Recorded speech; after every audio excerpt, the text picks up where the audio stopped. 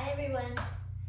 I'm just going to demonstrate some of these mid-back strengthening exercises that you could do on your treatment table if you have it, but at the side of your bed or at the gym lying on a bench.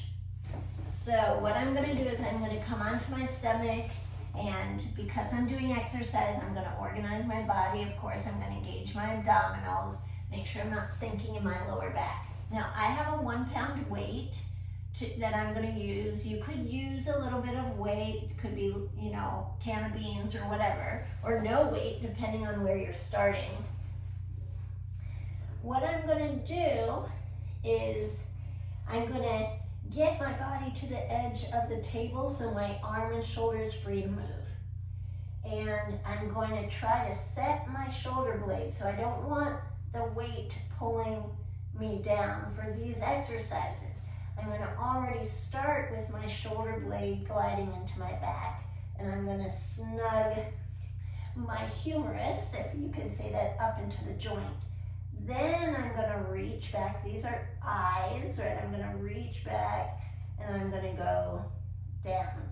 Now this is probably the easiest exercise to just warm up the shoulders.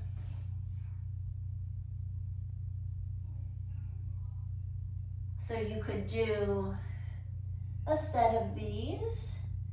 At some point you're going to feel fatigue, also working the back of the arms and the triceps, as well as the shoulder blades. So if I do this and I let my scapula go, you can see I'm rolling my shoulder over, and actually I might impinge something. So I have to make sure my shoulder blade's in the correct place to start.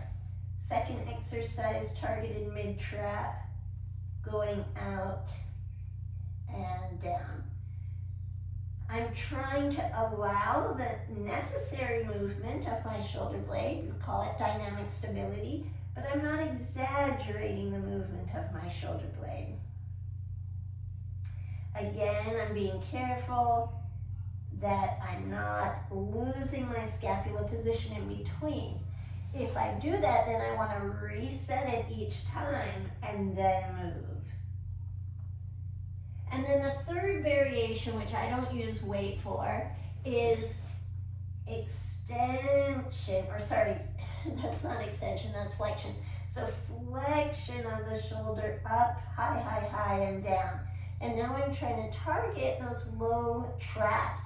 So I'm actually thinking of the tip of my shoulder blade gliding into my back, and I'm lengthening my spine and my rib cage in order to allow that to happen. Now, what you have to be careful of, particularly in this position, is if your spine is round at all, you're going to block your range of motion, because you have to have a little bit of a sense of extension in your back in order to get a full range of motion.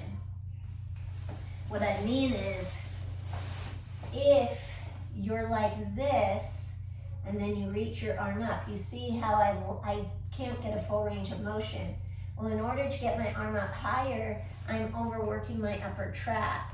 So if I allow my spine to lengthen, I can get my full range of motion up there.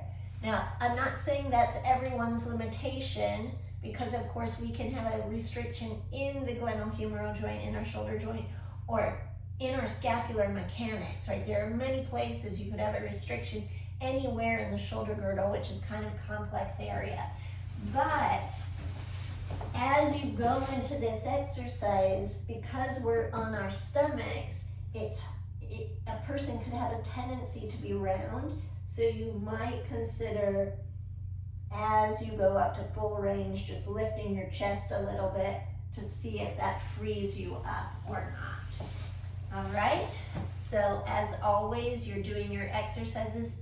If you're looking for strength, you have to work to fatigue and you have to repeat it, or you go to movement failure, form failure, and then rest, and then you try again. If it's not challenging enough, then you need to increase your reps, or you need to increase your weight. So hope it helps.